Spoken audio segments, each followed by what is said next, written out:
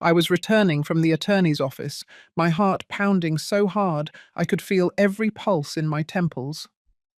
I was 71 years old, but at that moment, I felt alive in a way I hadn't in a very long time.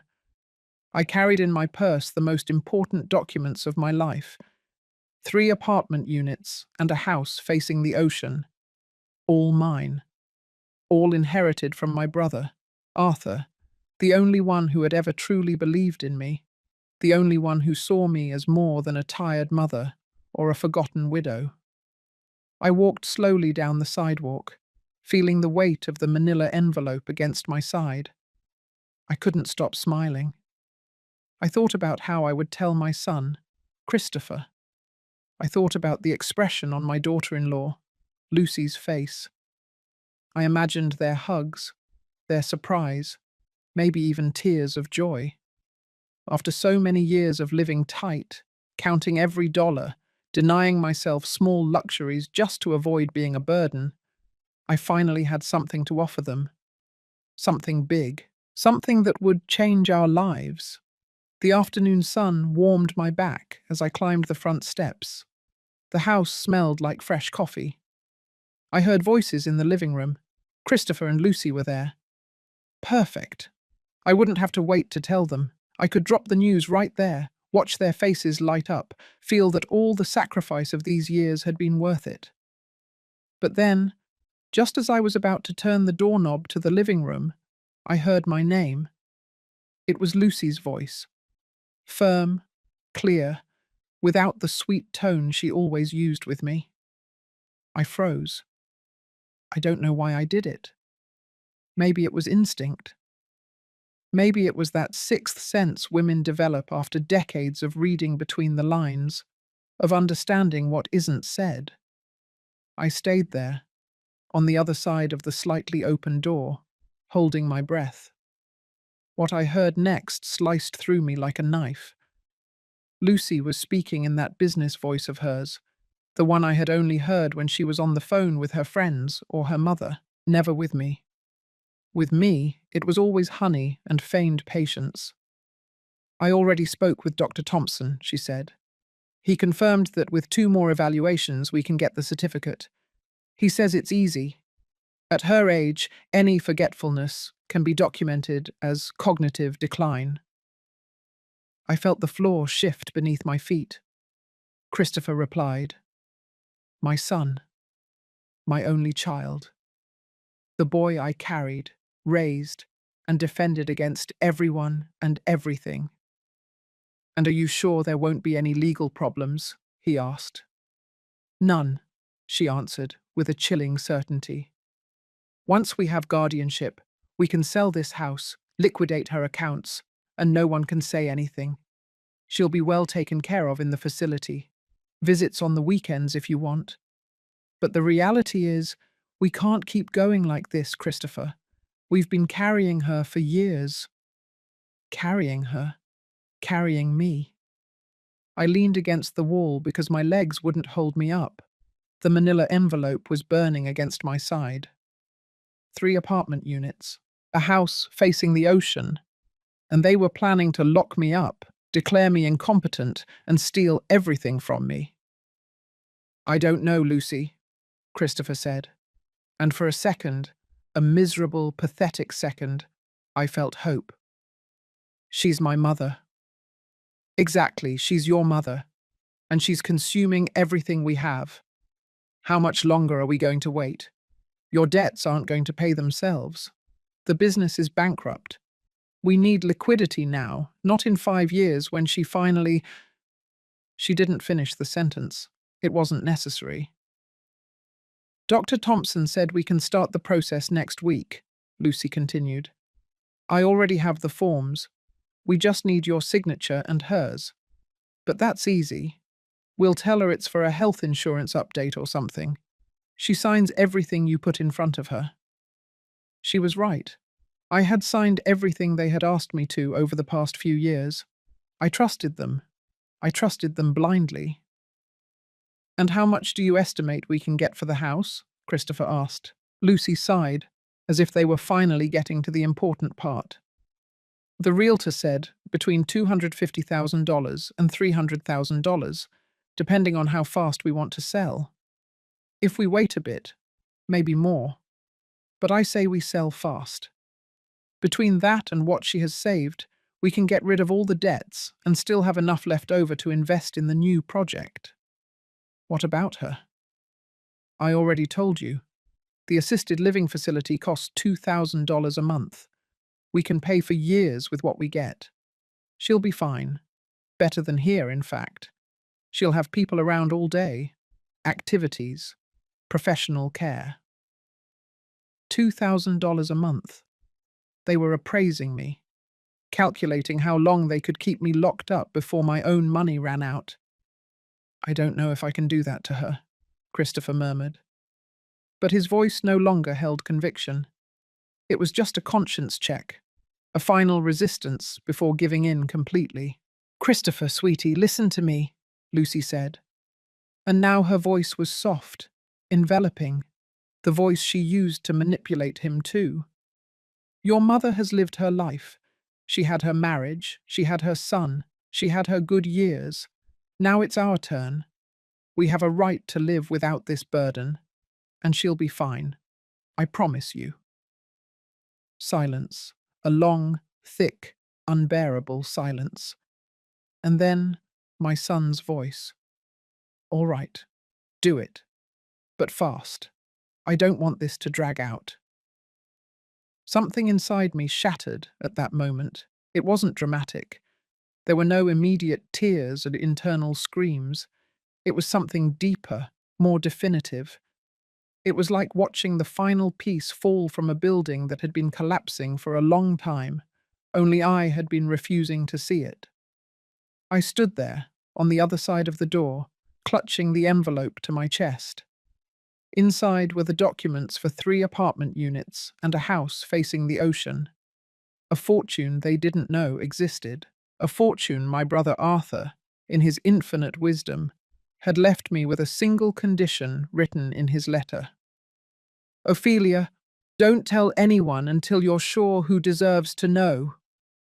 Now I understood why. I took a deep breath, forced my hands to stop trembling, and backed away silently toward the entrance. I opened and closed the front door forcefully, making noise this time. I'm home, I called out in a cheerful, almost sing-song voice. I heard quick movement in the living room. When I walked in, Christopher and Lucy were sitting on the couch, smiling. He had his cell phone in his hand. She was holding a coffee cup, the perfect image of a quiet family afternoon. Hi, Mom, Christopher said, standing up to kiss my forehead. How did it go? Fine, son, I replied, tucking the envelope into my handbag before they could see it. Just some insurance paperwork, nothing important. Lucy smiled. That smile I could now see for exactly what it was. Do you want some coffee, Ophelia? I just made a fresh pot. Yes, honey. Thank you. I sat down in my usual chair and watched them move around the kitchen.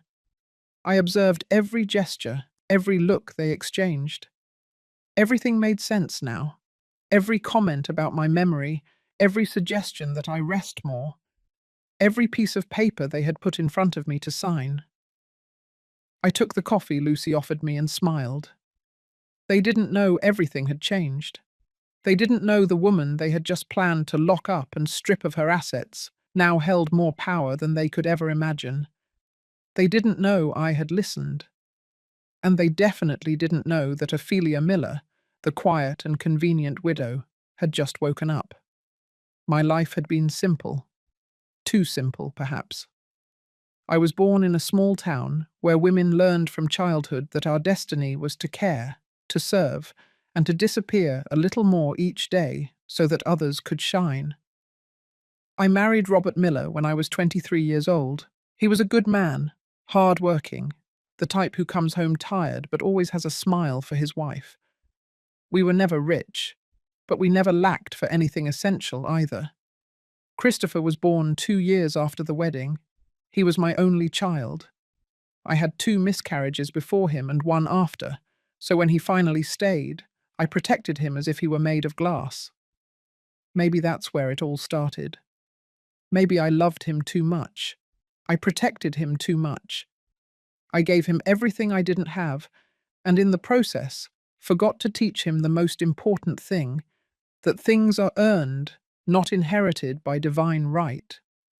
Robert passed away 12 years ago, a massive heart attack while driving home from work. He didn't even make it to the hospital. He left me the house, some modest savings, and a small pension that barely covered basic expenses. Christopher was already married to Lucy by then. They had been together for 3 years. At first, after the funeral, they talked about me moving in with them. "You can't stay alone, Mum," Christopher would say. But I resisted.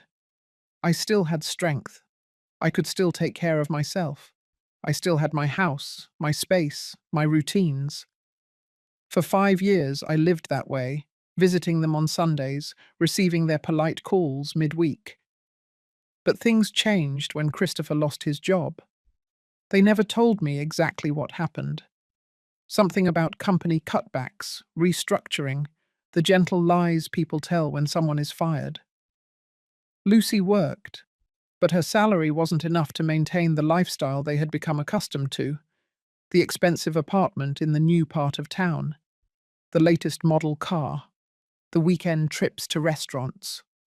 That's when the visits became more frequent, and the conversations more specific. "Mum, this house is too big for you alone," Lucy would say, looking around with those calculating eyes I didn't know how to read yet. "I don't feel alone here. I'm fine," I replied. And it was true. I liked my solitude. I liked my plants in the garden, my television shows at night, my morning coffee on the porch. "But think about the practicality," Christopher insisted. "If something happened to you, if you fell, if you felt sick in the middle of the night, no one would notice until hours later." They had a point about that, I suppose. Old age brings those fears, that feeling of fragility that wasn't there before, that fear of dying alone and being found days later by a neighbor who notices the smell. So when they proposed that we all move into my house together, I accepted. They would sell their apartment, pay their debts, and we would live as a family. "It will be like before, Mum," Christopher said. "Like when I was a kid." But it wasn't like before. From day one, things were different. Lucy reorganized the whole house to make it more functional, she said. My furniture ended up in the basement, my paintings replaced by hers, my kitchen redesigned to her tastes. Little by little, my house stopped being mine. Meals were no longer family moments but quick transactions. Christopher ate, looking at his cell phone. Lucy talked on the phone with her friends. I sat in silence, feeling more invisible at my own table every day. The comments started, small at first, almost imperceptible. "Ophelia, did you already put salt in this? Because it tastes like you did it twice." "Mum, do you remember asking me to buy milk? We bought 3 cartons this week because you keep asking." "Ophelia, you left the water running again. You have to be more careful." Each comment was a seed of doubt planted in my head. Was I forgetting things? Was I losing my memory? I started to question myself, to write everything down, to double-check everything I did. And while I shrank, they grew. Christopher spent hours locked in what used to be Robert's sewing room, now converted into his office. He talked about new businesses, investments, opportunities, but I never saw any money come in. I only saw my savings begin to disappear. "Mom, I need to borrow $2,000, Christopher would say. "It's for the business. I'll pay you back next month." He never paid me back. "Ophelia, can you help us with the electricity bill this month? We're a little tight." Lucy would ask with that soft voice I now knew was pure manipulation. I always helped. I always said yes. Because he was my son, because they were my family, because mothers sacrifice, right? That's what we were taught. My pension of $1,200 a month vanished in 3 weeks. The $30,000 Robert had left me turned into 20,000, then 15,000, then 8,000. I kept track in a notebook hidden in my room, adding up every loan that was never repaid, every favor that turned into an obligation. But I told myself it was fine. That's what family was for. That Christopher was going through a tough time, and I had to support him like I always had. Lucy was more subtle, but more constant. She always had a suggestion. She always had a comment wrapped in concern. Ophelia, don't you think you should see a doctor? I've noticed you're more forgetful. Maybe we should put the accounts in Christopher's name, just in case something happens to you. It's safer. Why don't you give me your debit card? I can do the shopping. That way you don't have to go out in the cold. Every suggestion was a small surrender. Every surrender made me smaller, more dependent, more invisible. And I accepted everything because I thought it was love. I thought they were taking care of me. How foolish I was. My friends started to disappear from my life, not because I wanted them to, but because every time I planned to see them, something more important came up. Mum, I need you to stay home today because the internet technician is coming. Ophelia, you'd better not go out today. It's raining and you might catch a cold. Until they stopped calling. Until I stopped trying myself. I convinced myself that at my age, I no longer needed friends. That my family was enough.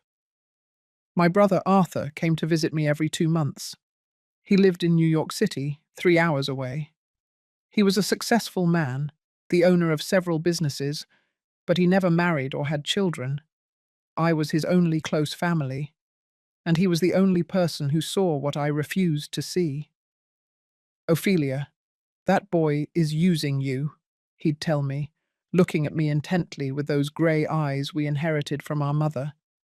And that woman is worse. They're draining you, sister. Don't say that, Arthur. Christopher is my son. That's exactly why I'm telling you, because I know you. Because I know you're capable of disappearing completely just so he can be okay. But I didn't listen to him. I didn't want to listen to him, because listening meant accepting that I had failed as a mother, that I had raised a man capable of exploiting his own mother. The last time Arthur came, 4 months ago, he had a fierce argument with Christopher. I was in the kitchen, but I heard everything. You're stealing from your mother, Arthur said bluntly. She gives me the money because she wants to, Christopher replied. She gives it to you because you manipulate her, because you make her feel that if she doesn't help you, she's a bad mother. You have no right to come into my house and insult me. This isn't your house. It's your mother's house. And if you had an ounce of shame, you would be helping her instead of bleeding her dry. Christopher threw him out, and I, cowardly as always, said nothing. I let my son kick out my brother. I let him leave angry. I didn't know that would be the last time I would see him alive. Arthur died 2 months ago. A cerebral aneurysm. Quick, painless, they told me. I went to the funeral alone. Christopher said he had an important meeting. Lucy said someone had to stay to watch the house. At the funeral, Arthur's attorney handed me a letter. Mr. Arthur left instructions that you receive this in person, he told me. Arthur's letter was burning in my hands as I returned from the funeral. It was a thick, white envelope, sealed with red wax like in old movies. On the front, in my brother's firm, slanted handwriting, it simply read, "For Ophelia, read alone." I waited until night. Christopher and Lucy had gone out to dinner with friends. I had said I was tired, that I preferred to stay home. It was a lie. I needed to be alone to read what my brother had to tell me from the other side of death. I sat on my bed, with the night lamp on, and opened the envelope with trembling hands. Inside were two things: a multi-page handwritten letter and a folded legal document. I started with the letter. My dearest Ophelia, if you are reading this, it means my time has finally come. Don't mourn for me. I lived well. I lived my way. And I leave knowing I did the right thing by leaving you what I am going to leave you. But before you read on, I need you to understand something. What is in that legal document? Do not tell anyone. No one, Ophelia. Not even Christopher. Especially not Christopher. I paused. My heart was beating hard. I kept reading. I know it hurts to hear this from your own brother, but that boy is not the child you raised. I don't know when he went wrong, whether it was when you spoiled him too much, or when he chose to marry that viper of a wife. But the truth is, your son is a weak, greedy man capable of anything for money. And she is worse. She is the brain behind everything. He is just the instrument. Tears began to fall onto the paper, smudging the ink, but I continued. Over these last few years, I have watched you slowly disappear. Every time I came to visit you, you were a little smaller, a little quieter, a little more absent, and those two grew in your space like weeds. I've watched you give them money you didn't have, sign papers you didn't understand, give up things that were rightfully yours. And the worst part is that I've watched you convince yourself that this was love. I put my hand over my mouth to stifle a sob. But love is not what they are giving you, sister. Love is what you give them without receiving anything in return except crumbs of attention and mountains of manipulation. I tried to open your eyes. God knows I tried. But you're stubborn, Ophelia. You always were. So I decided to do something different. I decided to protect you even from yourself. I unfolded the legal document with trembling hands. It was a will, Arthur's will. And as I read it, the world stopped. My brother had left me everything: 3 apartment units in the most exclusive part of the city, each valued at approximately $150,000, and a house facing the ocean on the south coast, a property he had bought 10 years ago, and which, according to the document, was worth around $300,000. In total, almost $800,000 in property. I had to read it 3 times to believe it. Arthur had no children, had never married, and I was his sole heir. It was all mine. I returned to the letter, my hands shaking so much I could barely hold the paper. These assets are yours and no one else's. I have left very clear instructions with my attorney, Mr. Andrew Harrison. He will contact you to arrange the transfer of the properties. But Ophelia, listen to me closely. Do not tell Christopher or Lucy anything until you are completely sure they won't try to take it from you. And believe me, they will try. My brother knew me too well. I know your first instinct will be to share it with them. You'll want to tell them, help them, give them a part, because that's who you are. But I beg you, sister, don't do it. Not yet. Watch them first. See how they behave when they don't know you have something they want. That's when you'll see who they really are. I turned to the last page. I have lived 73 years in this world, Ophelia, and I have met a lot of people, good people and bad people, and I can assure you that your daughter-in-law is one of the worst. That woman doesn't love you. She never loved you. You are a means to an end, and the end is everything she can get from you. Christopher is weak. She controls him. If you tell him about the inheritance, in less than a week they will be pressuring you to give them everything. They'll invent emergencies, crises, illnesses. They'll make you feel guilty for having when they don't. And you'll give in, because you always give in. He was right. He knew exactly who I was. So I ask you this, dear sister. Be selfish for once in your life. Keep this secret. Protect what is yours. And if at any time you feel you are in danger, that they are manipulating you too much or forcing you to do things you don't want to, call Mr. Harrison. He has instructions to help you. I have paid him in advance to represent you and protect your interests, so you won't have to spend a penny. The letter ended with a simple but devastating farewell. I always loved you, Ophelia. You were the best sister a man could ask for. Now it's your turn to be good to yourself. Don't let them destroy you. Don't give them that power. And if you ever doubt, remember this. People who truly love you don't need you to be broken to feel complete. With all my love, your brother, Arthur. I cried until I had no tears left that night. I cried for my brother, for his absence, for his unconditional love. I cried for myself, for all the years I spent shrinking so that others could grow.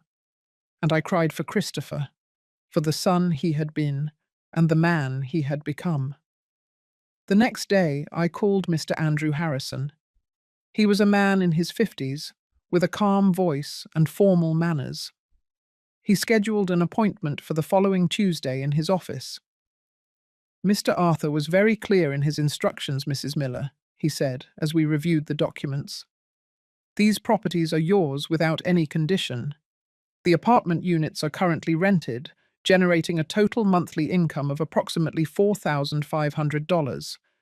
That money has been accumulating in an account since Mr. Arthur's passing. There is already close to $9,000 available. I couldn't speak. I just nodded as he continued. The beach house is unoccupied. Your brother used it occasionally, but it is in perfect condition. It is fully furnished, utilities are current, and it's ready for you to live in whenever you wish. And what do I have to do? I finally asked. Nothing, Ma'am. Just sign the transfer documents before a notary public. The process takes approximately 2 weeks. After that, everything will officially be in your name. And no one can take it from me? Mr. Harrison looked at me intently. No one, Mrs. Miller. These properties are yours by testamentary right. No one can claim them, sell them, or dispose of them without your express and notarized consent. Your brother made sure of that. It was then that I told him everything. I don't know why I did it. Maybe because I needed to say it out loud. Maybe because I saw in his eyes an understanding I couldn't find in my own home. I told him about Christopher, about Lucy, about the disappearing money, about the comments concerning my memory, about how I felt increasingly smaller in my own life. He listened without interrupting. When I finished, he nodded slowly. Your brother warned me that something like this might be happening, he said. That is why he was so specific in his instructions. Mrs. Miller, I cannot tell you what to do with your family, but I can tell you this. If at any moment you feel you are being pressured to sign something, to give your consent to something, or if you feel you are at risk in any way, call me. Any hour. I will protect your interests. It is what I promised your brother. He gave me his business card. I put it in the safest place I could think of, inside my bra. We signed the papers that day. Mr. Harrison explained that in 2 weeks I would have to return for the final signing before a notary public, and that on that day everything would be official. In the meantime, he told me, I suggest you do not mention any of this to anyone. Absolutely no one. Understood. Understood, I replied. But as I drove back home, with the preliminary documents in my handbag, I couldn't help but feel an emotion I hadn't felt in years. It was something like hope. It was something like power. For the first time in a long time, I had something they didn't know about. I had an ace up my sleeve. I had a way out. And then, just as I got home, and was about to tell them everything because my mother's heart didn't know how to keep secrets, I heard them planning to destroy me. The days after hearing that conversation were the strangest of my life. I moved through the house like a ghost who can see the living but can't touch them. I smiled when I should smile. I nodded when I should nod. But inside, I was completely awake for the first time in years, observing every detail with a painful clarity. I started remembering things. Small thing that seemed insignificant at the time, but now took on a completely different meaning. It was as if someone had turned on a light in a dark room, and suddenly I could see all the traps they had set for me. I remembered that time, 6 months ago, when Lucy asked me to sign some papers. "It's to update the home insurance, Ophelia," she had said, with that sweet smile that I could now see for what it was. A mask. "Just your signature here and here." I had signed without reading. I trusted her. I trusted that she had my best interests in mind. Now I wondered what the hell I had signed that day. I remembered when Christopher convinced me to put his name on my bank account. "It's in case something happens to you, Mum. That way I can access your funds to pay for your medication or whatever you need. It's just a precaution." A precaution. Sure, a precaution for him, not for me. Since that day, my account had started draining faster. I remembered the doctor's visits Lucy had arranged last year. Just a routine checkup. "Ophelia, at your age, it's important to have checkups." The doctor had asked me strange questions. About my memory. About whether I forgot things. About whether I got confused. I had answered honestly, mentioning small, normal forgetfulness for anyone 71 years old. But now I realized they were building a file. They were documenting every little slip-up to use it against me. I remembered when they started isolating me from my friends. It wasn't abrupt. It was gradual, almost imperceptible. First, it was Caroline, my lifelong friend. We had planned to have lunch on a Tuesday. I was ready, waiting in the living room, when Lucy arrived with a worried expression. "Ophelia," Caroline called. "She says she has to cancel. Apparently her daughter is sick." I believed her. I sent Caroline a message wishing her well. She replied, confused. "What are you talking about, Ophelia? I waited for you at the restaurant for 2 hours. Did you forget our date?" When I showed the message to Lucy, she denied telling me anything. "Maybe you got confused, Ophelia. Maybe you dreamed I told you." And I, God forgive me, started to doubt myself. I started to think that maybe I had gotten confused. Then it was Linda. Then Harriet.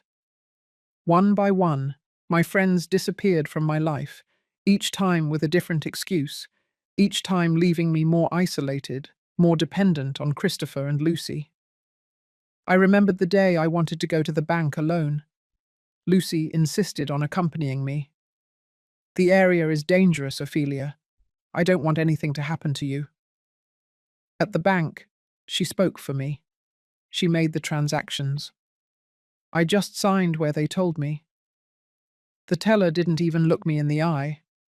To him, I was an invisible old woman, and my daughter-in-law was the one who really mattered.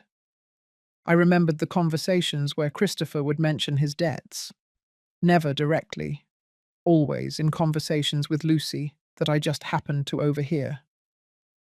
"I don't know how we're going to pay this. The creditors are pressuring us. If we don't get the money soon, we're going to lose everything." And I, predictable as the sunrise, would always offer help. "I have some savings, son. We can use that." Now I realized those conversations were not accidental. I was meant to hear them. It was theatre designed to manipulate my maternal guilt, to make me feel that if I didn't rescue them, I would be responsible for their ruin. I remembered when they started talking about retirement communities. They didn't call them that, of course. They called them communities for older adults or assisted living residences. Lucy would leave colourful brochures on the dining room table. "Look how nice, Ophelia. They have activities, 24-hour nurses, people your age. You wouldn't be alone."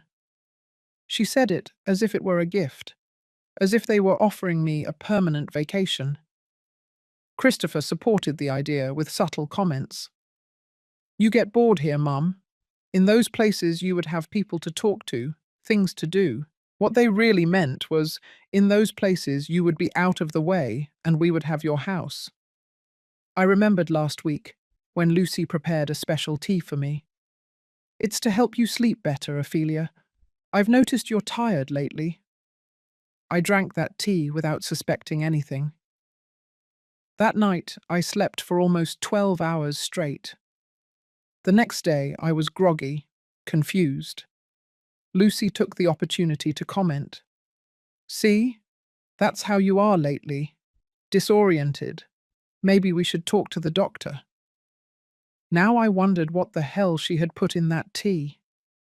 All these memories hit me like waves. Each one was a small betrayal, and all together they formed a meticulous plan to empty me out, declare me incompetent, and take everything that was mine. But they didn't know three fundamental things.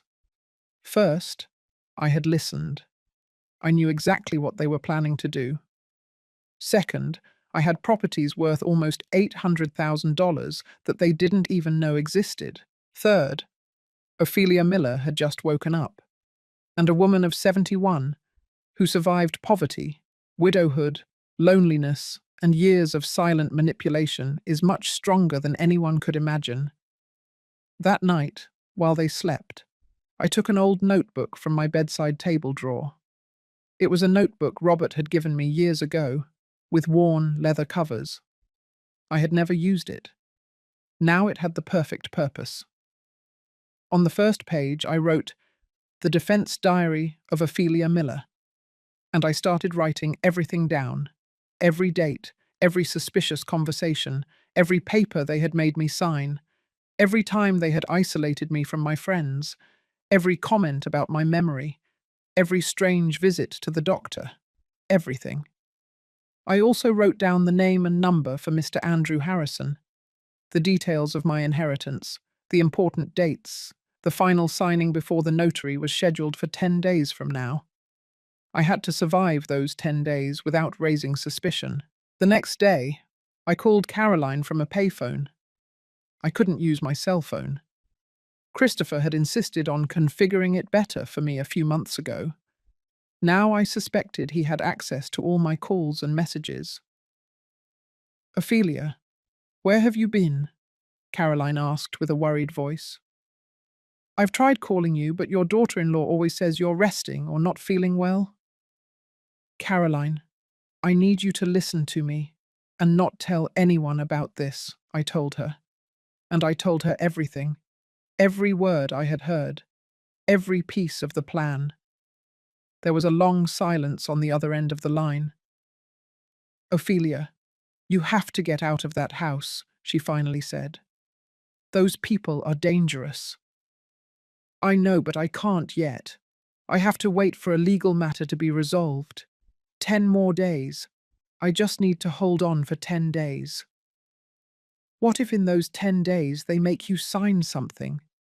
What if they take you to the doctor and manage to have you declared incompetent? I'm not signing anything else, and if they try to take me to the doctor, I'm going to refuse. I'll make a scene if necessary." Caroline sighed. "You have my number. Anything, any hour, you call me. And if in 2 days I don't hear from you, I'm coming to that house and I'm going to create the biggest scandal you've ever seen." "Thank you, Caroline. You're the only friend I have left." "I was always your friend, Ophelia. I was the one who stopped insisting. I should have realized what was happening." When I hung up, I felt a weight lift from my chest. Someone else knew. Someone else was watching. I was no longer completely alone. That afternoon, Lucy found me in the kitchen preparing coffee. "Ophelia, we need to talk," she said, with that serious tone she used when she wanted something to sound important. "Tell me, honey." "Christopher and I are worried about you. We've noticed you've been very distracted lately. You forget things. You get confused. I took a deep breath. It was time to act. Really? I hadn't noticed, I replied softly, looking directly into her eyes. That's why we want to take you to a specialist, a neurologist, just to do a full evaluation. It's for your own good. When? Thursday. We already have an appointment. Thursday was in 2 days, and my notary signing was in 10. If they took me to that neurologist on Thursday, I would surely leave there with a pre-prepared diagnosis of cognitive decline, and then the plan would accelerate. All right, I finally said. If you think it's necessary, I'll go. Lucy seemed surprised by my docility. She expected resistance, but I had learned something these past few days. Sometimes the best defense is to appear defenseless. Perfect, she said with a smile. It will do you good. You'll see.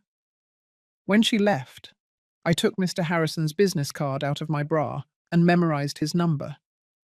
In 2 days, early on Thursday, before they took me to that neurologist, I was going to make a call that would change everything. On Wednesday night, I heard the conversation that confirmed all my suspicions and snapped the last thread of hope I had left.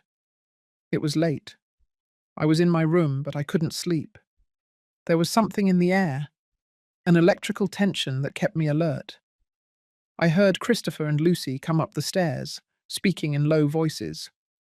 They passed my door and continued to their room at the end of the hall. I got up barefoot and walked silently until I was close to their door. It was slightly ajar. I could hear every word with crystal clarity. Tomorrow is the day, Lucy said with a determined voice. Dr. Thompson has everything ready. He's going to diagnose moderate senile dementia with a recommendation for immediate institutionalization. What if she refuses? Christopher asked. She won't refuse. We're going to give her the sedative in her breakfast, as we agreed. By the time we get to the office, she'll be disoriented enough for the diagnosis to be credible. The doctor will ask the questions. She'll fail the answers. And that's it. We have the certificate. I felt my blood run cold. And how much is this going to cost us? Christopher asked. $5,000. We'll pay it with the money we take out of her account as soon as we have guardianship. I've already spoken with the attorney. Once we have the medical certificate and your signature as the only son, we can process the guardianship in less than a week. Then comes the good part. How much do you estimate we can get with everything? Lucy paused. I imagined her doing mental calculations. The house is easily worth $300,000, maybe more if we wait a bit, but I say we sell fast. She still has about $6,000 in her account. Her pension is $1,200 a month. If we institutionalize her, that pension passes to us as guardians. The assisted living facility costs $2,000 monthly, but with what we get from the house, we can pay for 3 years in there and still have about $250,000 clean for us. $250,000, Christopher repeated. And in his voice there was something that broke my heart. It was relief. It was happiness. My own son was happy, thinking about locking me up and stealing from me. With that, we pay off all the debts, invest in the new business, and finally we can live the life we deserve, Lucy continued, without having to take care of an old woman who is more useless every day. What if someone asks questions? What if one of her friends gets involved? Lucy laughed. It was a cold, calculating laugh. What friends? We pushed them all away months ago. She has no one. Her brother is dead. There are no close relatives. We are all she has. And when she's institutionalized, we control who visits her and who doesn't. If someone asks, we show the medical certificate and explain that, unfortunately, her condition worsened and she needed professional care. Period. It sounds too easy. It's because it is easy, Christopher. Your mother is an old woman, alone, without real resources. No one is going to ask questions. No one is going to investigate. This kind of thing happens every day. Families institutionalizing their elders because they can no longer care for them. It's perfectly normal. There was a silence. Then Christopher's voice, lower. Sometimes I feel bad about this. Don't be weak now, Lucy said harshly. She had her life. She had her marriage, her youth, everything. Now it's our turn. And besides, we're going to pay for a good place. We're not leaving her on the street. She'll have food, a bed, nurses. She'll be fine. I suppose so. Don't suppose. You know so. And you know we have no other option. Your debts are $80,000, Christopher. 80,000. If we don't pay soon, they're going to come for us. Do you want us to lose everything? Do you want us to end up on the street while she's still sitting here on this house that's worth a fortune? No. So tomorrow we get up early, give her the medication, take her to the doctor, get the certificate, and start the process. In a month. All this will be a bad memory, and we'll be living the life we deserve. I heard movement inside the room. I quickly moved away and returned to my room without making a sound. I closed the door and sat on the bed, trembling from head to toe. $80,000 of debt. My son had $80,000 of debt that I didn't know about, and he was willing to destroy me to pay it. The sedative in the breakfast, the bought doctor, the false diagnosis, the immediate institutionalization. Everything was planned in detail. I looked at the clock. It was 11 at night. My appointment with the notary was in 9 days, but they planned to take me to the doctor tomorrow. If they drugged me, if they got that certificate, everything would be lost. It wouldn't matter that I had properties valued at $800,000 if I was declared incompetent. Christopher, as the only son, would become my legal guardian, and a guardian has access to everything. I had to act now. I couldn't wait 9 more days. I took Mr. Harrison's business card out of my bra. I dialed his number on my cell phone. It was late, but he had told me to call him at any hour if I was in danger. He answered on the 4th ring. His voice was sleepy, but alert. Mr. Harrison, this is Ophelia Miller. I apologize for the hour, but I'm in danger.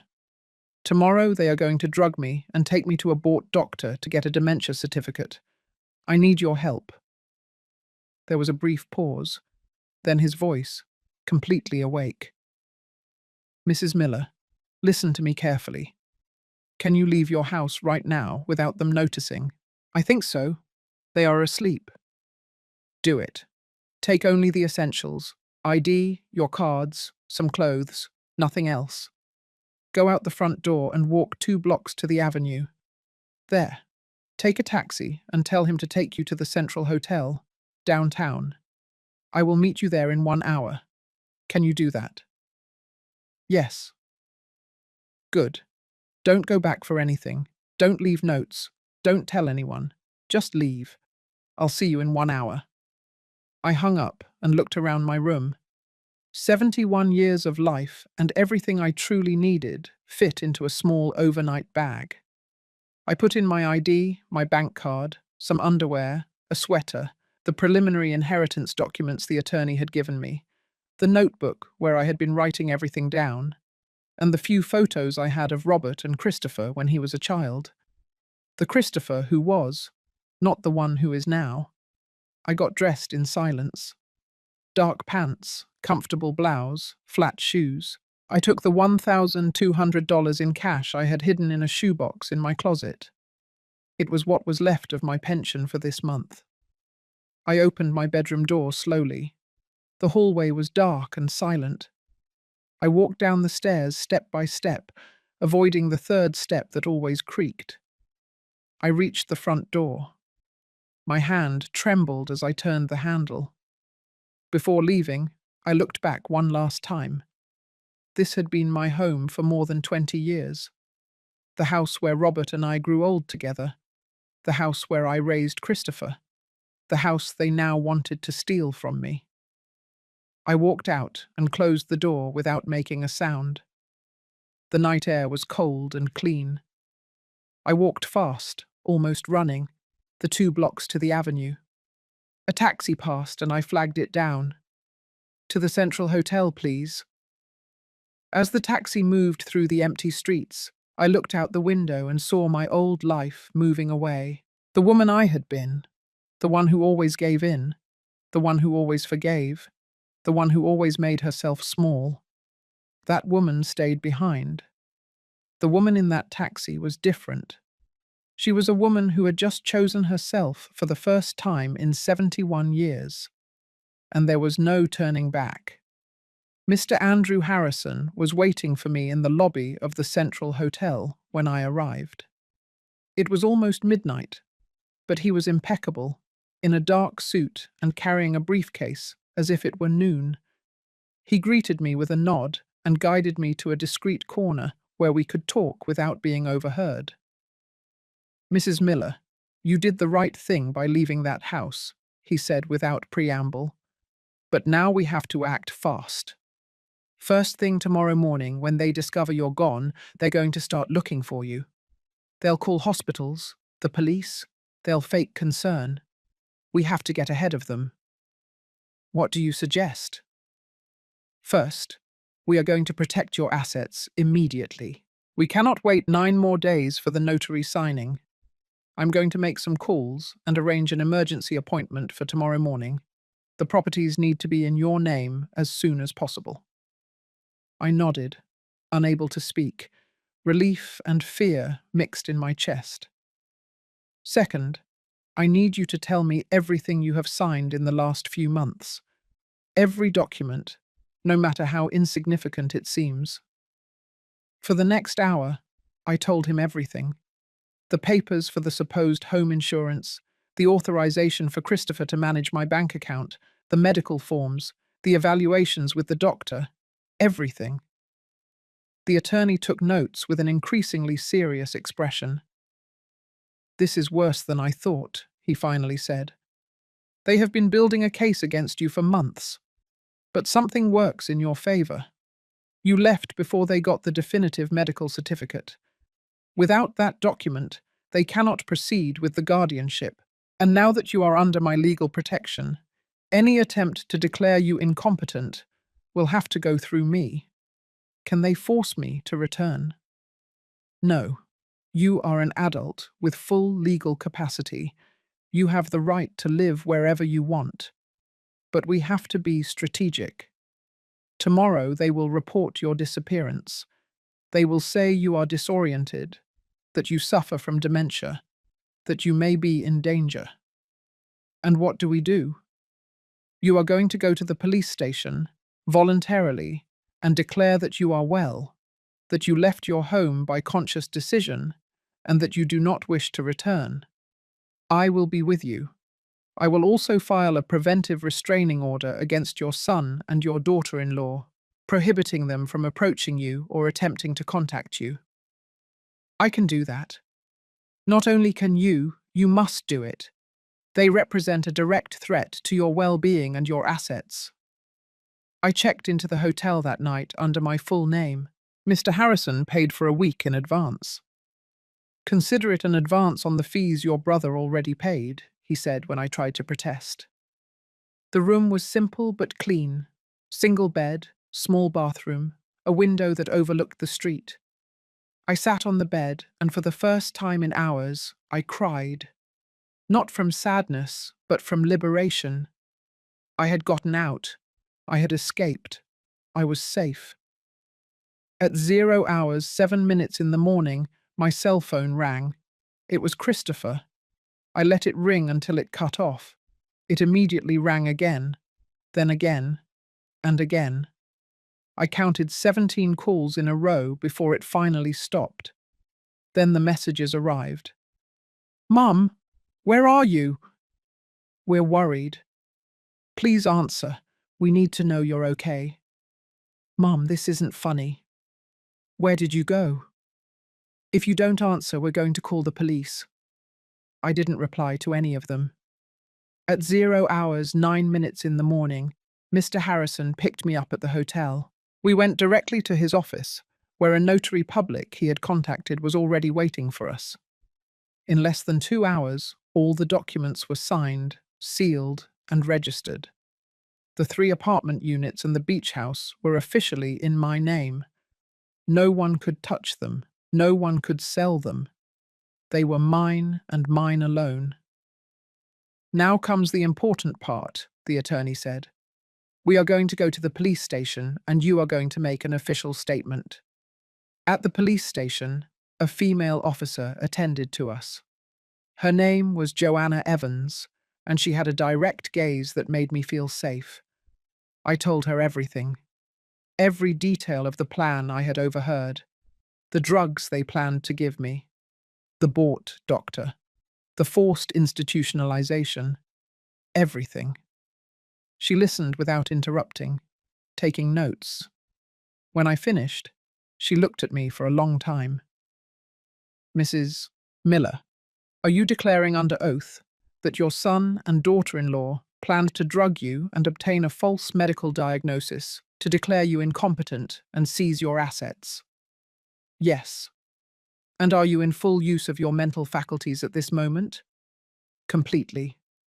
Do you wish to return to your home? No, never. The officer nodded and continued writing. Then she looked at Mr. Harrison. You are going to proceed legally, he replied. We are going to request a restraining order, and we are evaluating filing criminal charges for attempted fraud and elder abuse. Good. The lady's statement will be recorded. If her family comes to report her disappearance, we will inform them that she is well and does not wish for contact. Anything else? That is all for now. Thank you, officer. When we left the police station, I felt stronger. Every step I took moved me away from the victim I had been, and closer to the woman I needed to be. And now what? I asked. Now we wait, the attorney said. They will try to find you. They will call hospitals. Maybe they will hire a private investigator. But you are legally protected. And in the meantime, we are going to organize your finances. Over the next few days, Mr. Harrison became more than my attorney. He became my ally, my protector, the only person I could completely trust. He helped me open a new bank account at a different bank. We transferred all my funds there, out of Christopher's reach. He explained how the income from the rented apartments worked. $4,500 monthly that now went directly into my account, plus my pension of $1,200. Almost $6,000 a month. I, who had lived on scraps for years, now had more money than I needed. What do I do with so much? I asked him. Live, Mrs. Miller. Simply live. He also helped me contact Caroline. She cried when she heard my voice. Ophelia, thank goodness. I was about to come to your house to look for you. I'm fine, Caroline. I'm safe, and I have a lot to tell you. We agreed to meet at a cafe the next day. When I arrived, she was already there, waiting for me with tears in her eyes. We hugged for a long time. Look what they did to you, she said, touching my face as if to verify that I was real. They had you prisoner in your own house. Not anymore, I replied. I'm not there anymore, and I'm never going back. I told her everything. The inheritance, the plan, my escape, the properties, everything. Caroline listened with her eyes growing wider. $800,000, she whispered. Ophelia, you're rich. I don't feel rich. I feel free. Which is better? And do they know anything? Nothing. And they won't know until I decide to tell them, if I ever do. My cell phone rang. It was another message from Christopher, number 50-something since I had left. I had stopped counting them. Mum, please. We just want to know you're okay. You don't have to come back if you don't want to. Just talk to us. I showed the message to Caroline. Don't believe him, she said immediately. It's manipulation. They want to locate you. I know. I deleted the message without replying. Then, for the first time, I blocked Christopher's number and Lucy's. If they wanted to communicate with me, they would have to do it through Mr. Harrison. That night, alone in my hotel room, I looked at myself in the mirror. The woman looking back at me was different from the one I had seen a week ago. Thinner, perhaps. More tired, definitely. But in her eyes, there was something that wasn't there before. There was determination. There was strength. There was life. Ophelia Miller had woken up, and she wasn't planning on going back to sleep ever again. The first week after my escape was strange. I would wake up every morning in that hotel room not knowing for a second where I was. Then the memory would return like a punch. I had left my house. I had left my son. I had chosen to save myself. Mr. Harrison called me every day. He kept me informed of every move Christopher and Lucy made to find me. They filed a missing person report, he told me on the third day. They alleged that you suffer from dementia and may be disoriented and in danger. The police informed them that you had already made a voluntary statement and that you are well. They didn't give them any more information. And what did they say? Your son insisted. He wanted to speak with superiors. He threatened to get attorneys. But Officer Evans was very clear. You are an adult with full legal capacity, and you have a right to your privacy. They have no right to know where you are. Do they think I'll come back? Probably, or at least they hope to tire you out enough so that you let your guard down. He was right. The attempts to contact me intensified. Since I had blocked their numbers, they started using other methods. They called the hotel. The receptionist informed me that a man claiming to be my son had asked for me. She, following Mr. Harrison's instructions, denied that I was there. They contacted Caroline. She called me immediately. Ophelia, your daughter-in-law just called me. She told me you were sick, that you left confused, that they need to find you to take you to the doctor. I told her I didn't know anything about you. Thank you, Caroline. She also said something strange. She said that when they find you, they'll make sure you get the appropriate treatment. She said it in a voice that gave me chills. The appropriate treatment. Institutionalization. Drugs. Total control. They won't find me, I assured her. I'm protected. But at night, alone in that hotel room, fear would visit me. What if they found me? What if they managed to trick a judge? What if they managed to have me declared incompetent somehow? Mr. Harrison noticed my anxiety. Mrs. Miller, I think it's time for you to move to a more permanent place, he told me one afternoon. The hotel is fine temporarily, but you need a home. Where? The beach house, the one your brother left you. It's ready to be occupied. It has furniture, utilities, everything. And most importantly, it's 4 hours away from here. Your son doesn't know it exists. You can start over there, in peace. The idea both terrified and excited me. Starting over at 71. Was living alone in a house facing the ocean possible? I can take you this weekend so you can see it, he offered. If you don't like it, we'll look for another option. But I think you'll like it. On Saturday morning, Mr. Harrison came to pick me up. We drove for 4 hours along a beautiful coastal highway. I looked at the ocean through the window and felt something close to hope. The house was in a small town called Peaceful Bay. Arthur had bought it 10 years ago as a weekend retreat. It was a 2-story building, painted white with large windows that overlooked the sea. It had a small garden with wildflowers and a wooden deck where you could hear the waves. When I walked in, I was speechless. Everything was immaculate. Large living room with comfortable furniture. Modern, well-equipped kitchen. 2 bedrooms on the second floor, both with ocean views. In the master bedroom there was a note on the bed. I recognized the handwriting immediately. It was Arthur's. Ophelia, if you are reading this, it means you finally found your way to this place. This house was my sanctuary for years.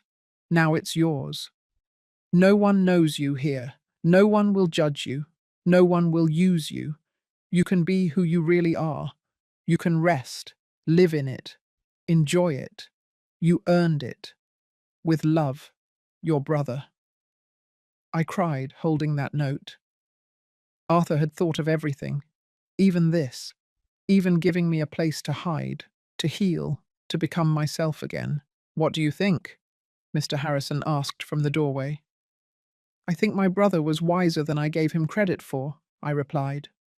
Are you moving in? Yes. We returned to the city that afternoon. During the following week, the attorney helped me organize everything. I hired a small moving company to bring the few things I needed. New clothes, some books, basic household items. I didn't want to take anything from my old life. Nothing that reminded me of that small, frightened woman I had been. Caroline insisted on accompanying me on the day of the move. You're not going to move 4 hours away alone without me knowing exactly where you are, she said with that firm voice that allowed no argument. I gave her the address and the house's landline number. But don't give it to anyone else, I begged her. Not dead. The day I left the hotel, Christopher and Lucy made their last desperate attempt. They hired a private investigator who managed to track me down to the Central Hotel. When he arrived asking for me, I was already gone. Mr. Harrison called me to inform me.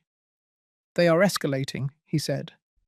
The investigator went to the bank where you had your previous account. They discovered you closed the account and transferred the funds, but they couldn't track where. They also came to my office. I told them that if they wanted to communicate with you, they had to do it in writing and I would deliver the message, and they did. Yes, they sent a letter. What does it say? There was a pause. Do you want me to read it? Yes. The attorney cleared his throat and began reading in a neutral voice. Dear Mum, we don't understand why you did this. We only wanted to help you. We were worried about your health. If someone convinced you we had bad intentions, they are lying. We are your family. We love you. Please come home. We can forget all this and start over. Your loving son, Christopher. Silence. Mrs. Miller. I'm here. Do you want to respond? I thought about that letter, about every carefully chosen word, about the manipulation disguised as love, about the lie wrapped in concern. No, I finally said. I don't want to respond. Let them think what they want.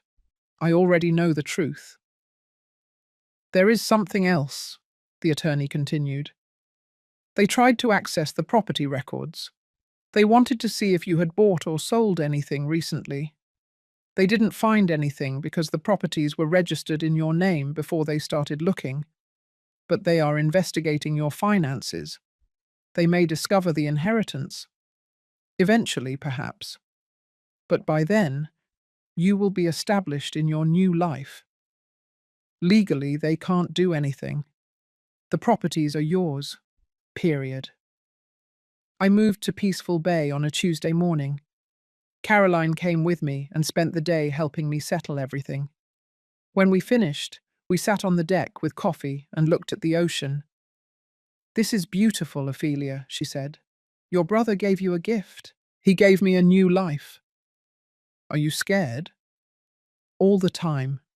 But I also have something I didn't have before. What? Peace. Caroline stayed that night. We slept in separate rooms but left the doors open, as friends do when they want to feel close. The next morning, before she left, she hugged me tightly. "Call me every week. If you don't, I'll come back here to look for you. I'll call you, I promise." When she left, I was alone for the first time in my new home. I walked barefoot on the beach. I felt the cold sand between my toes. I listened to the seagulls. I breathed the salty air. And for the first time in years, I felt alive. That night, I found something else in the house. In a kitchen drawer, there was an envelope with my name on it. Inside were $5,000 in cash and another note from Arthur. "For emergencies. So you never feel trapped. So you always have a way out." My brother had known me better than I knew myself. He had anticipated every need, every fear, every moment of doubt. I put the money in a safe place and kept the note in my heart. 3 weeks passed in Peaceful Bay, and I began to understand what it meant to live without fear. I woke up when my body wanted to wake up, not when someone needed something from me. I ate breakfast on the deck, watching the sea. I walked on the beach every afternoon. I read books I had wanted to read for years but never had time for. The town was small and quiet. People greeted me without asking questions. I was simply the lady who lived in the white house facing the ocean. No one knew my story. No one judged me. No one expected anything from me. But peace doesn't last when there are unresolved matters. Mr. Harrison called me on a Wednesday afternoon. "Mrs. Miller, I need to inform you of something important. Your son and daughter-in-law have just filed a lawsuit. They are requesting that a judge review your mental capacity and grant them guardianship over you and your assets." I felt my stomach drop. Can they do that? They can try, but they have a problem. You have already made an official statement to the police. You have legal representation. You have demonstrated the capacity to handle your affairs. And most importantly, I have the conversation you overheard documented in your diary. That is strong. I don't know if it's strong enough, but it is a strong point. However, there is something else I need to tell you. The judge has ordered an independent psychiatric evaluation. You will have to appear before a specialist who will determine if you have full legal capacity. And if they say I don't have it, then we would have to appeal. But it won't come to that. You are completely lucid. Any impartial psychiatrist will confirm it. When? In 2 weeks. The evaluation is in New York City. I will be with you the entire time. Those 2 weeks were the longest of my life. Every night I went to bed wondering if a stranger could decide that I was not capable of controlling my own life. I imagined terrible scenarios. Christopher and Lucy winning guardianship, selling everything, locking me up in that facility while keeping my money. Caroline called me every day to encourage me. "You're the most sane woman I know, Ophelia. Don't be afraid." It's not fear of being crazy. It's fear that a corrupt system will believe them instead of believing me. That's why you have a good attorney. That's why you have evidence. That's why you will win. On the day of the evaluation, Mr. Harrison came to pick me up early. We drove the 4 hours to New York City in silence. I mentally reviewed everything I had lived through, preparing to tell it clearly. The psychiatric clinic was a modern building downtown. The doctor who would evaluate me was named Dr. Robert Trevino. He was a man in his 60s, with a soft voice and an attentive gaze. "Mrs. Miller, I'm going to ask you some questions," he said. "There are no right or wrong answers. I just want to get to know you and understand your situation." For 3 hours, he asked me questions about my life, my memory, my recent decisions, my family relationships. I told him everything, from beginning to end. I omitted nothing. I told him about the years of manipulation, The conversation I overheard, the plan to drug me, my escape. He listened without judging, taking occasional notes. "Why do you think your son would do something like that?" he asked at one point.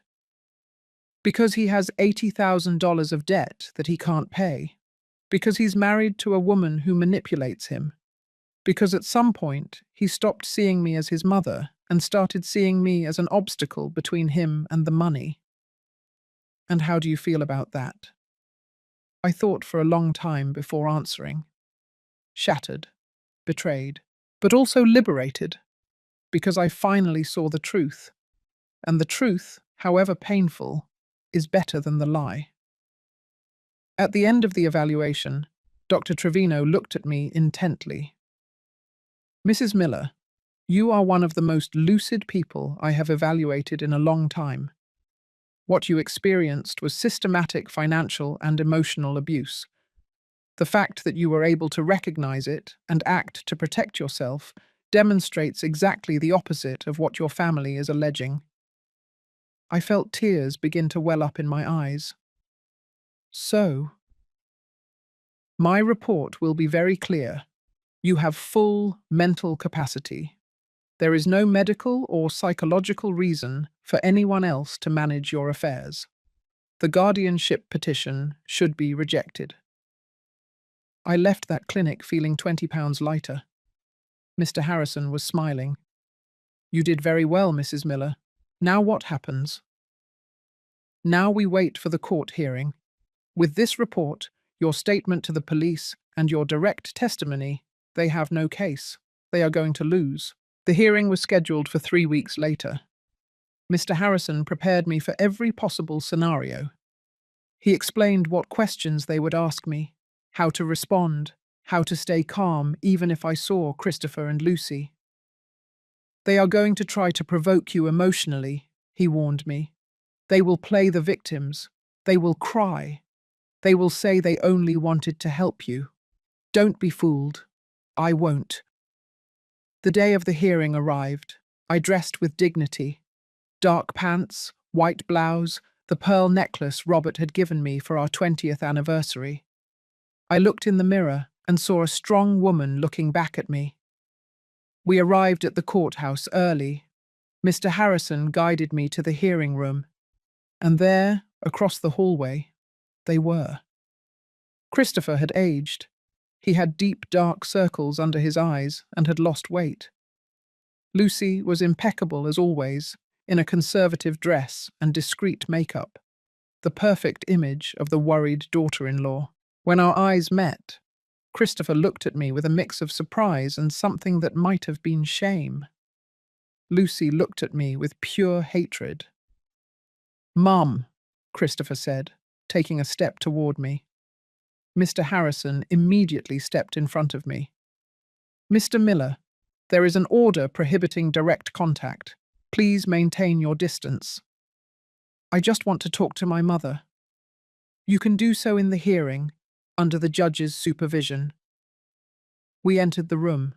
The judge was a woman in her 50s, with a serious expression. Her name was Judge Lisa Thompson, and she had a reputation for being fair, but strict. Christopher and Lucy's attorney presented their case first. They talked about my age, alleged forgetfulness, my erratic behavior in leaving my home without notice.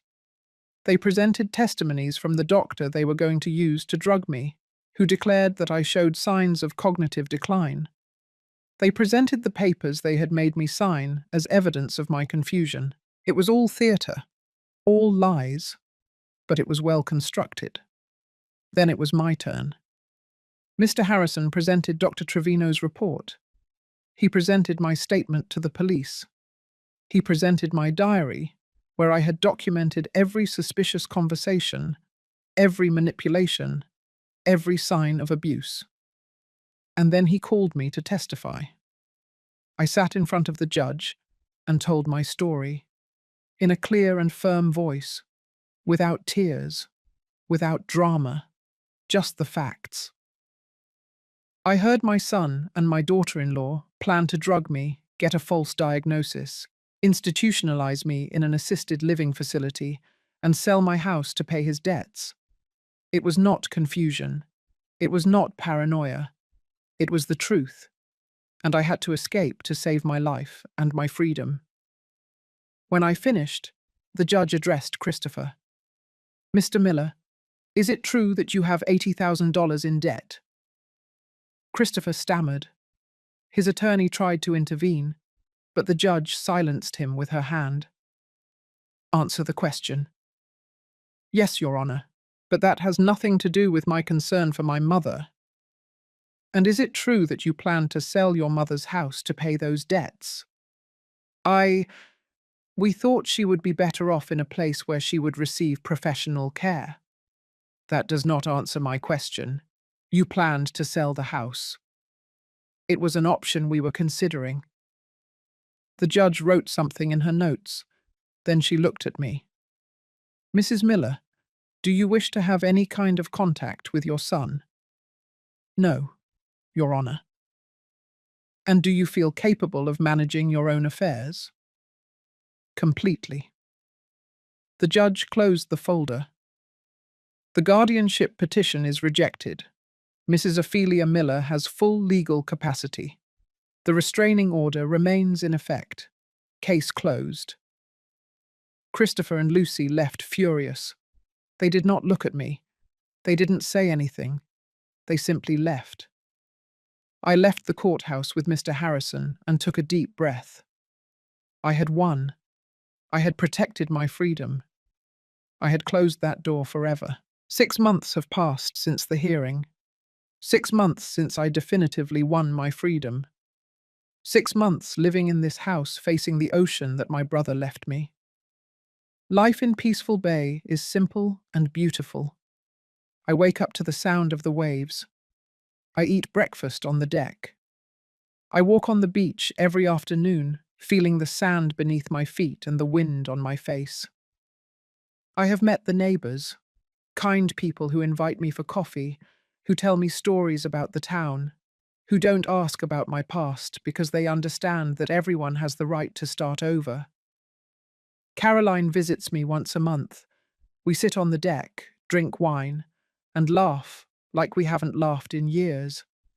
Sometimes she cries when she looks at me. "I can't believe everything you went through," she tells me. "And I can't believe how strong you are." I'm not strong.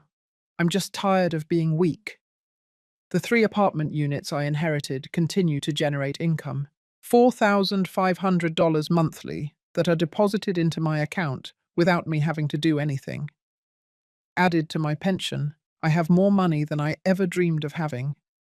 I don't spend it on luxuries. I spend it on peace, on books, on flowers for my garden, on occasional short trips with Caroline to nearby towns. Mr. Andrew Harrison became more than my attorney. He is my friend. He calls me every 2 weeks to make sure I'm all right. He helped me write a new, clear, and protected will. When I pass away, everything will go to organizations for the protection of older adults and shelters for victims of domestic abuse. Christopher will not receive a single cent. That was my decision, and I made it in peace. I haven't heard anything directly from Christopher and Lucy, but the attorney keeps me informed of what he finds out. After losing the guardianship lawsuit, they tried to appeal. The appeal was rejected. They spent thousands of dollars on attorneys for nothing. Christopher's debts grew. They had to sell their own apartment and move to a smaller one on the outskirts of the city. Lucy got an office job. Christopher works as a salesman in a store. They are living the life that always corresponded to them. A normal life, without stolen luxuries, without ill-gotten inheritance. Sometimes I wonder if Christopher thinks about me, if he regrets it, if he understands what he lost not only in money, but in dignity, in love, in the possibility of having a mother in his final years. He probably blames me. He probably told everyone that I'm a crazy old woman who abandoned him, that I disinherited him for no reason, that I betrayed him. And that's fine. Let him think what he wants. I know the truth. And the truth is that I didn't abandon him. He abandoned me first. He abandoned me every time he chose money over me. He abandoned me when he planned to drug and institutionalize me. He abandoned me when he stopped seeing me as his mother and started seeing me as a resource to exploit. There are moments, I confess, when I feel sadness. Not for him, but for the boy he was. For that 5-year-old Christopher who ran to hug me when I got home from work. For that 10-year-old Christopher who drew me pictures at school. For that 15-year-old Christopher who still asked me for advice. That Christopher died a long time ago. Maybe he never really existed. Maybe he was always an illusion that I refused to let go of. But I've let him go. And in that letting go, I found something unexpected. I found myself. I discovered that Ophelia Miller is not just a mother, a widow, a victim.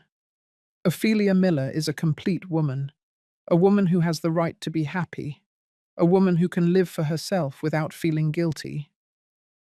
I've started doing things I always wanted to do but never allowed myself. I took painting classes at the community center in town. My paintings are terrible, but they make me happy.